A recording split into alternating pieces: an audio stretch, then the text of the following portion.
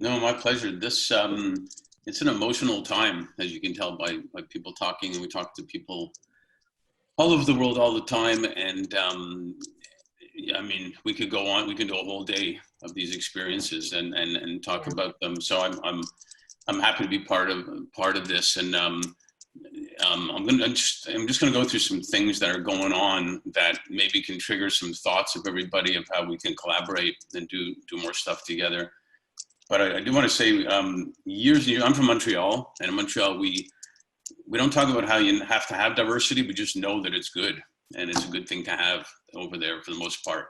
And when I was young, and I'm trying to remember, it came up this week who gave me this book, but and you can probably hear in my voice that this is an emotional time. Um, I read this book called Black Like Me, and I looked it up, and it's still around. And it was a book about this guy, a white guy. Long story short, he was all white as far as I know, everywhere. And he went and booked a room in a hotel, went to restaurants, went to an event, this and that and the other. Did that. About a week later, he basically dyed his body black, went back to all the same places, and wasn't allowed in, and was treated terribly. And the whole moral of the story is very obvious. It was not a black person and a white person that treated differently. It was the same person that was treated differently because of the color of his skin. And so it stayed with me for a long time, how ridiculous that is, basically. And so I'm gonna actually get the new book again or whatnot, but it's just a great story about how stupid almost this is in a way. And I've got friends. I was talking to friends in Minneapolis, and one African American friend of mine said, every time I walk into an elevator and there's all white people there, I think. You just think about it.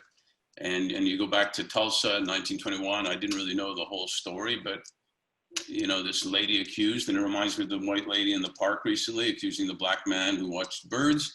She accused this black man in an elevator of whatever doing to her, and they talk about a riot. The white people went down to that area of Tulsa and burned down the whole town and killed 300 African American people. I mean, that's a riot, and it's ridiculous. So there's a lot of emotion there, and I do think this is a tipping point. But when I'm talking about good things that we can do, that can make a difference, because it's time to talk. It's definitely time to listen, as you said. And but Fifth Element was actually initiated and launched about a couple of years ago by myself and some partners, pre-seasoned people. We're actually calling ourselves vintage now, senior and seasoned and ancient, all that sucks. We're calling ourselves vintage people now. So,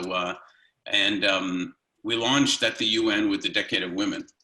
And it was about empowering women, SDG 5, because we felt that the success of SDG 5 will lift all the other SDGs up. And there's there's facts to prove that over and over again. The other part of why Fifth Element was formed is about the Fifth Industrial Revolution, which is about humanity, and humanity leading the way over the Fourth Industrial Revolution, which is about AI and blockchain and this and that. But it's humanity that has to lead, and we're seeing it more and more how important it is. So we've continued that, and the two cores of our business are aligning corporate brands and family offices with social impact, and not just like donations, which are great, but we show them they can get a better return on investment and what we call a better brand warmth, which is a metric on how consumers and talent feel about their company.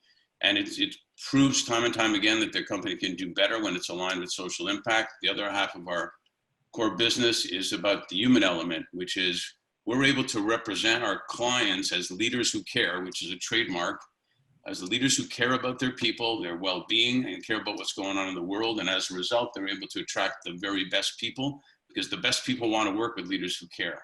And that's call it a movement, call it whatever you want, call it leaders who realize they're not going to get the best talent if they don't care.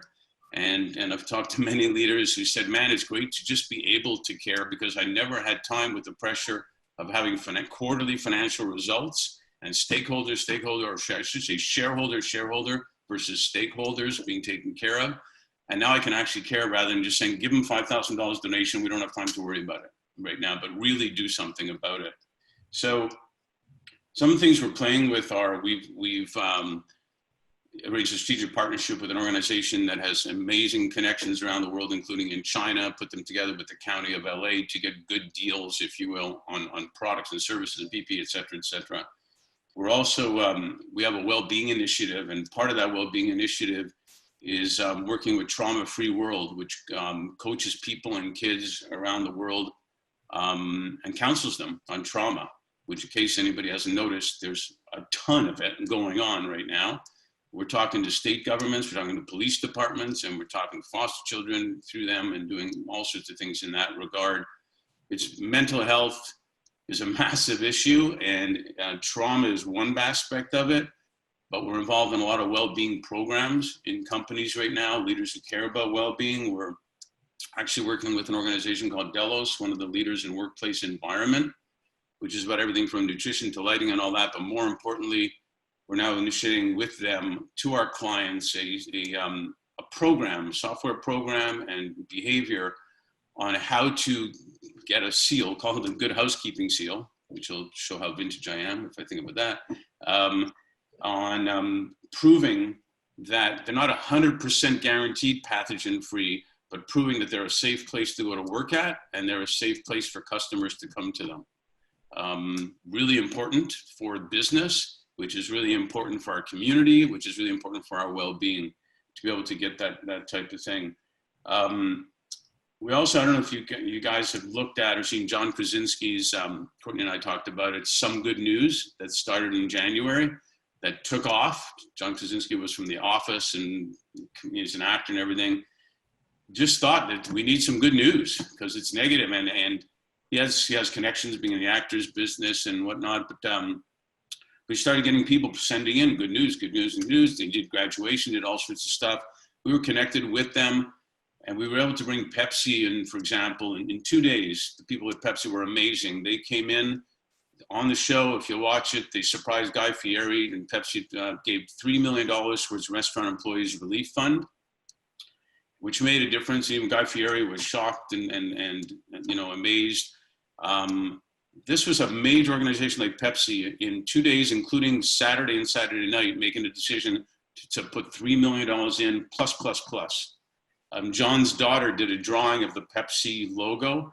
Pepsi took it, not took it, but they're going to use her logo, put it on t-shirts. 100% of the profits sold go to charity for good causes. What also happened from that is we brought in Starbucks, and we started with them Some Good Merch, which is merchandise for Some Good News, Some Good Merch, and there's Some Good News paraphernalia on there, and specific nonprofits who are making a difference during this time with COVID are getting money from that, and Starbucks is matching that at least up to $1 million, if not more, that's going to result from that. So yeah, I'm kind of trying to put out, not to show you, hey, we're wonderful people, we're good. We are pretty wonderful, but these are just triggers I want to put in your mind, and maybe there's other things you're thinking about that we can work together on and collaborate. We're already planning for Davos, where we're doing stuff in climate control, but we have an initiative also called Business for Peace, which includes well-being and includes a program, and I don't remember the lady's name we talked about, We Need to Listen. But there's a program we recommend to all our clients by a nonprofit called Million Peacemakers. The program's called Nonflict, Nonflict.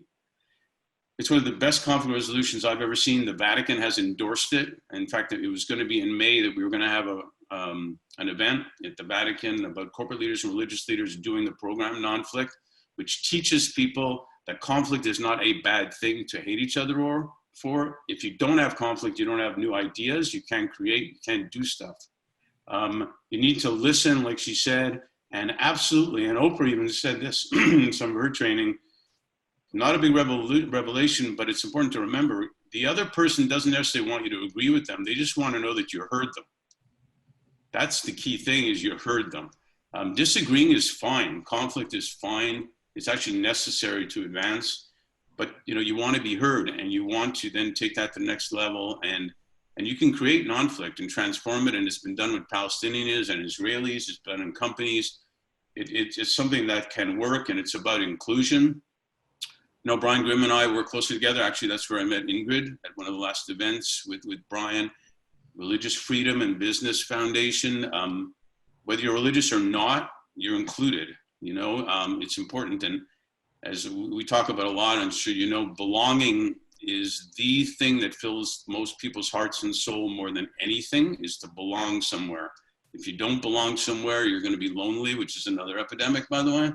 And so programs like that are really, really, really important. And so that's just some of the things that we're committed to. And I'm proud to be involved in this organization, because this is really what SDG 17 is about. It's about partnerships and collaborating. And for a long time, you know, collaboration, especially nonprofits, which I led one, you know, at a time, people say they want to collaborate. Sure, let's collaborate. I'll lead is what generally happens.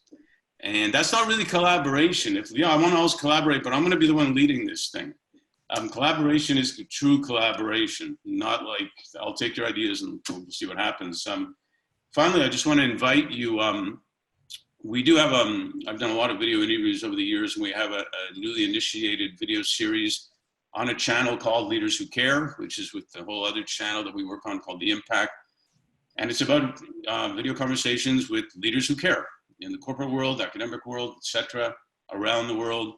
And we talk about the business. We talk about, you know, a lot of things about the future of work. We talk about what my grandparents used to say about, you know, with a Kiev accent, they would say, as long as you have your health, that's the most important thing.